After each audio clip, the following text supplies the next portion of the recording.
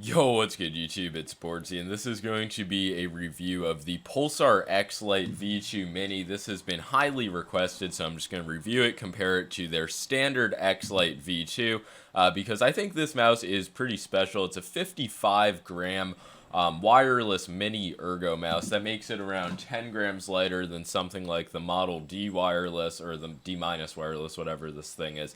But yeah, it's a new mouse from Pulsar, nothing we haven't seen before, same exact specs as the Xlite V2, just a smaller mouse in terms of dimensions. I'll put up a few pictures compared to other shapes. I realized if Rocket Jump Ninja is not going to do these pictures and mouse reviews, I'm going to have to step up and do the shape comparison. So let me know what you guys think about that. But yeah, moving past that to the Xlite V2, this is without a doubt a very small mouse. I say it's most comparable in size to the G-Wolf Skull Mini, if that's a shape you are familiar with. If you're not, it's basically a smaller, shorter, more narrow Zowie EC2. That's what the Pulsar Xlite's based on. You can see that it's clearly smaller. And this is one of the few ergo mice that I think is actually viable for fingertip grip, because the button height is low, the mouse is narrow, and at least like where you can grip it with fingertip, it doesn't flare out too much. So it is a unique ergo in that regard.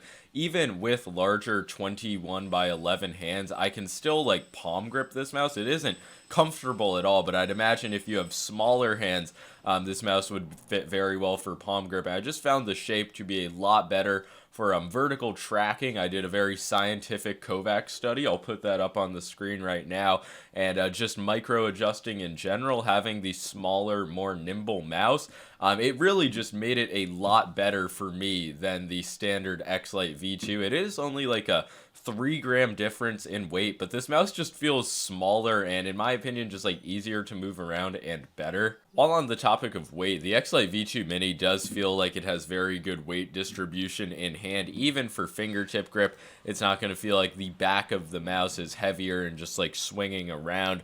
And for claw grip, it just feels perfectly fine. The stock skates are surprisingly really good. It seems like they're updated even compared to the newer Xlite skates, but they glide very well on every pad I've used. The initial friction feels low, in part due to the good weight balancing. One small critique with the design, though, is if you have your fingers towards the top of the mouse, you're going to be touching the one part of the sides that still have hole cutouts. I would presume these are for weight balancing reasons, but I don't know, you just have so many holes back here. It seems a bit counterintuitive when one of the selling points is having the no holes on the sides, but it's not a huge deal, and it does not bother me in game. It's just something worth noting, I feel. But yeah, getting back to the shape, it does not feel as aggressive and in your palm as something like the Zowie EC3C. So both the Xlite V2 and the EC3 are short mice, but the EC3 is a lot fatter. It's very wide, especially towards the bottom, and the hump profile is just completely different. It's a taller mouse in general, so it still does feel big and like fills out your palm, versus something like the Xlite V2 Mini, which if you have larger hands and claw grip, honestly, I'm not going to say it feels like an ambi mouse, but it's much closer to an ambi mouse than a large and clunky ergo like the Xlite V2, at least in my experience. And obviously shape comes down to preference, and a lot of people will prefer something like the Xlite just for palm grip with limited mobility, because, I don't know, that's what they want in a mouse shape. But for me, I prefer like maneuverability and a more narrow feeling mouse, and that's what the Xlite V2 provides. It does it well. In terms of build quality, I haven't even talked about it until this point, because I really have no issues with the sidewalls putting a ton of pressure. There's no flex, none of the buttons activate. You can still press on these bottom posts and activate one of the side buttons. It's not an actual issue, and you're never going to be able to do that, like press on the bottom of the mouse in use. But it's just something I've always noticed on the Xlite mice. And yeah, there's no rattling either, and it just feels very solid at the 55 gram weight when using the mouse, even when gripping it hard. There's really nothing that indicates that the build quality is going to go to shit over time, and that was the case on my last Xlite V2, so they really have gotten these shells down, at least in my experience. I don't know, Pulsar sends me a ton of mice, so I have a good sample size at this point. And yeah, much improved compared to their first batches, much less creaky than my Model D minus wireless, as you can hear. Moving on to other features though, one of my main nitpicks with Pulsar has always been their side buttons. They use dot switches as opposed to an actual micro switch, and it just leads to the side buttons having a heavier feeling and just a hollow, just somewhat cheap feeling click. And it only bothers me so much because I use them in Fortnite and I notice the issues. But if you play a game where side buttons don't really matter and you just need to hit them every now and then, you'll be perfectly fine with them. But it's just one thing that's worth noting. The positioning is pretty solid if you move your thumb up a bit. The back one is kind of far to the back. So yeah, the side buttons are definitely not perfect, and that was one thing that I really liked about the EC3. It has such light and just spammable side buttons. Moving from the side buttons to the main clicks though, these are still Kill 8.0s, and Pulsar is one of the lightest implementations of Kill 8.0s. So they do still have a crisp feeling. They're not extremely tactile, but they're very light and easy to spam. In my opinion, that is a good thing. And the switches do feel like they have a lot less variance between the left click and right click compared to even my past batch of the Xlite V2, where the right click is a lot lighter and just really has no tactility at all. So it's nice to see it has a more high quality feeling in the clicks. The rest of the click quality is solid. Since there is no split in the shell, there's nothing to really stop the post travel, but this doesn't really harm the quality of the clicks. And other things like click wobble, there's basically none of.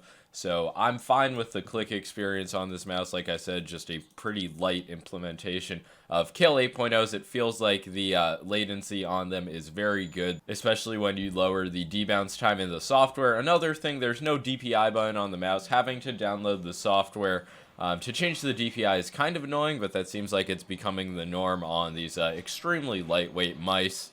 The scroll wheel is the same as before. They made it protrude a bit more from the mouse, so it's very accessible. It's not a problem I really had before, but it's a smooth and silent wheel. You can barely hear it. The click on it's light, so I mean, it's just a perfectly serviceable scroll wheel, but it doesn't have very tactile defined steps if that's something you look for.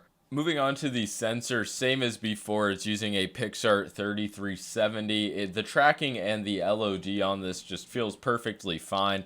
It's adjustable in the software, but the low LOD setting is going to feel like around a millimeter, which is what you want. There may be some DPI deviation though on the 1600 step. It does feel somewhat high. I noticed myself over flicking a bit when I first used the mouse. So I compensated just by lowering my sense, but honestly, as someone who tests a ton of mice, I don't really have a baseline DPI. So if I feel like something's off, I just adjust my sense a bit and don't think too much of it. DPI deviation is not a huge deal to me, if it even is present. Could just be the fact that this mouse is smaller. But stop rambling about the sensor. Just everything felt solid about the wireless performance on this mouse. I did update the firmware on my old Xlite wireless because I just checked because I was curious, and there was a new update available, but I don't think that is the reason why I tracked much better with the Xlite V2 Mini. The battery life on it is very good as well. In around 2 weeks of like on and off use, it has only died once, so I would rate that pretty good. This mouse does not have any significant RGB. It just has one LED down here.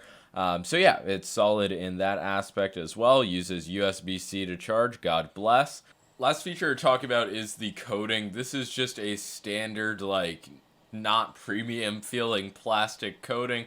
It's not really bad either. I have no problem getting and maintaining a solid grip on it. But I do think Pulsar should maybe provide grips in the box. I know that there will be aftermarket options like BTL and CorePad in the future, but I do feel like this is a mouse that people could like even more if there were grips on it. So yeah, the Pulsar Xlite V2 Mini will be receiving the seal of approval. It's an insanely well-rounded mouse, has good specs, safe mini ergo shape that is really going to work for a lot of grips, even if you prefer ambi mice. This is something that I think you'll have a better time with than a large clunky ergo. The weight is only 55 grams, which I don't feel like it really gets enough credit for. Like, that's lighter than the Viper V2 Pro, lighter than the G Pro Super Light. This is one of the lightest wireless mice on the market currently.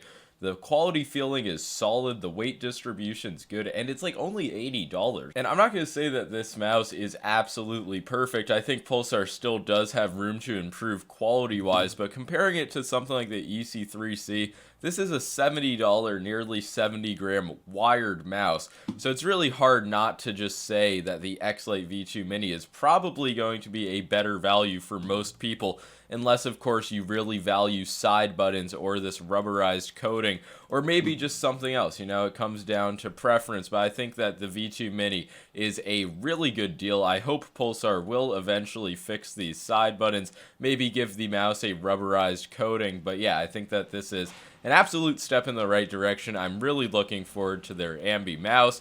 And yeah, just let me know what you think of this mouse. Leave a like and subscribe if you enjoyed the video. And yeah, peace.